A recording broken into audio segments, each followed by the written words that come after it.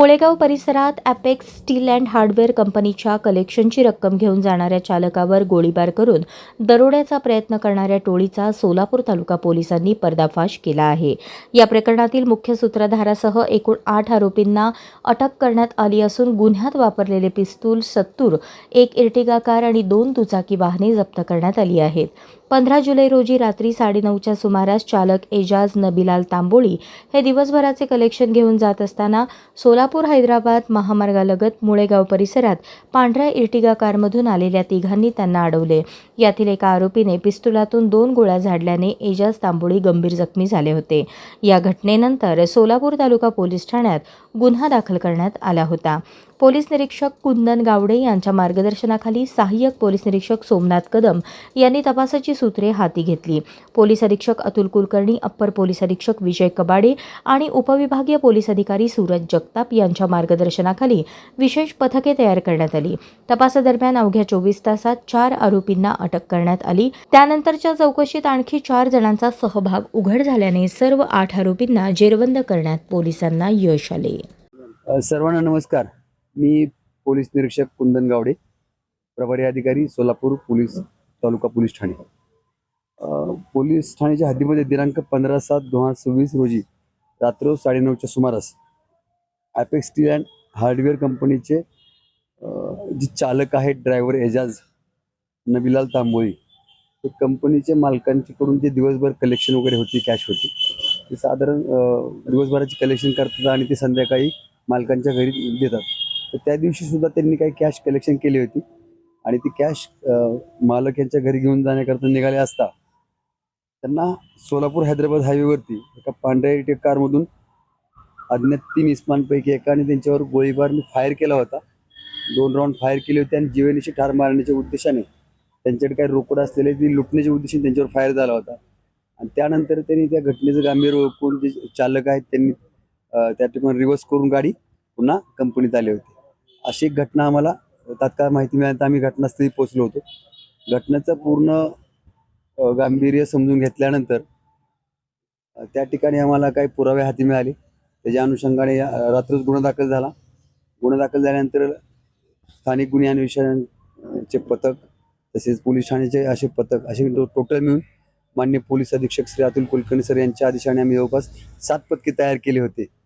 आणि पोलीस ठाण्याकडे जी पथके आहेत त्यांना त्याच दिवशी आम्हाला 24 तासाच्या आतमध्ये 4 आरोपी आम्हाला त्या घटनेतले प्रत्यक्षदर्शी जे सहभाग होते ते आम्हाला मिळाले होते।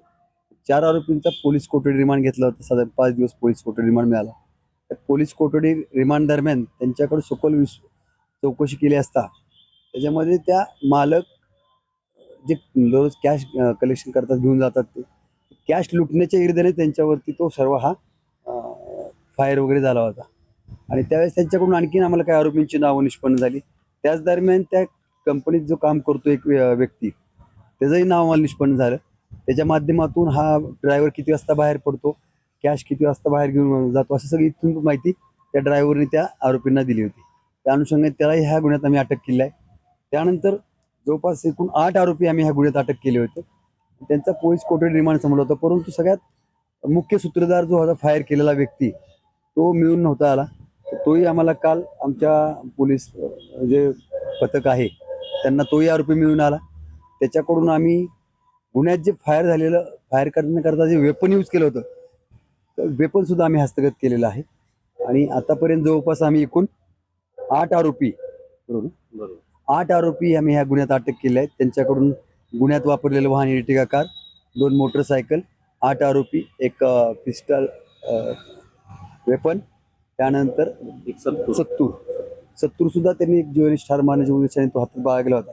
असं इत्थंभूत साहित्य आम्ही त्यात हस्तगत आम्हाला यश मिळाले। सदर गुन्ह्याचा तपास हा API सोमनाथ कदम स्वतः करत आहेत आणि त्यांच्या अधीनस्थ बाकीचे जे आमचे बाकी पाठीमागे जे सर्व टीम आहे त्यांनी आतापर्यंत हा तपास पूर्ण पार पाडला आहे।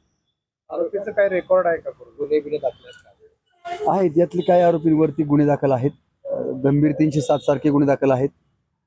अशा स्वरूपाचं काही रेकॉर्ड त्यांचा आम्हाला प्राप्त आहे आणि त्या अभिलेखानुसार त्यांच्यावर आणखीन आम्ही कठोर कारवाई करणार आहोत। त्याचाही तपास चालू आहे, त्याचं नाव निष्पन्न होईल आणि तो वेपन कुठून आणला होता त्याच्या सखोल मुळापर्यंत आम्ही जाण्याचा प्रयत्न करणार आहोत। हा एकच बंदूक आहे. आता ह्या जवळपास 8 आरोपी आम्ही अटक केलेले आहेत.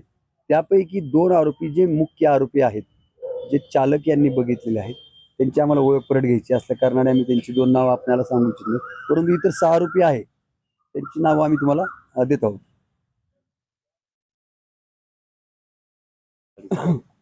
अडीच जे मालक आहेत त्यांनी सांगितले की फिर्यादीप्रमाणे 2.5 लाख रुपये ते त्यांना घरपोच करण्यासाठी ड्रायव्हर घेऊन जात होते. तो जो आरोपी जो आता अटक केला त्याच्याकडनं रिव्हॉल्वर हस्तगत केलेली आहे आम्ही. आता 29 तारखेपर्यंत पोलीस कस्टडी आहे त्या आरोपीची. त्याच्याकडे आम्ही माहिती घ्यायला लागलो. त्याच्याकडून तपास चालू आहे की कुठून आणलेली आहे पिस्तूल. या आरोपीमध्ये एक व्यक्ती कामगार आहे अशी माहिती आहे. अगदी बरोबर आहे. तो त्या ठिकाणी काम करत होता.